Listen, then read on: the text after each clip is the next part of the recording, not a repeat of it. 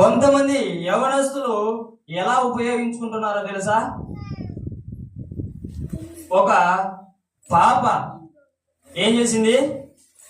నాన్నతో అంటుంది, నేను ఎవరితో అయినా పోదా, హల్లెలూయా, నేను ఎవరితో అయినా తిరుగుతా. ఏమి నీకు భయం లేదా, భక్తి లేదా అంటే, నాకు రాజ్యాంగం ఏమిచ్చింది? నీకు తెలియదా? నాకు బైబిల్ కూడా చెప్పింది, నీ ఇష్టం వచ్చినట్టు ఉండు. హల్లెలూయా, హల్లెలూయా. స్వాతంత్రాన్ని ఎలా తీసుకుంటున్నారు యవనస్తులు? ఇలాగా తీసుకుంటున్నారు. వాళ్ళ నాన్న కూడా ఇంకా తెలియమంతుడు. వాళ్ళ నాన్న బైబిల్ చదువుతాడేమో. ఏం చేసినాడో తెలుసా?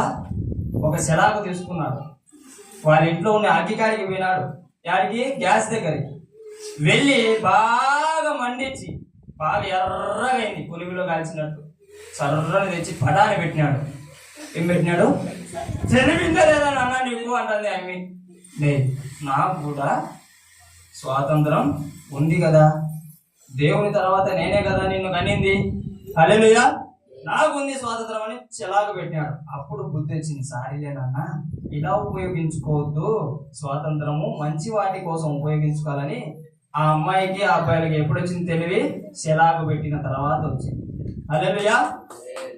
ఎవరితో పడితే వారికి వెళ్ళడానికి స్వాతంత్రం రాలే, ఎవరితో పడితే వాళ్ళతో తిరగడానికి స్వాతంత్రం రాలే.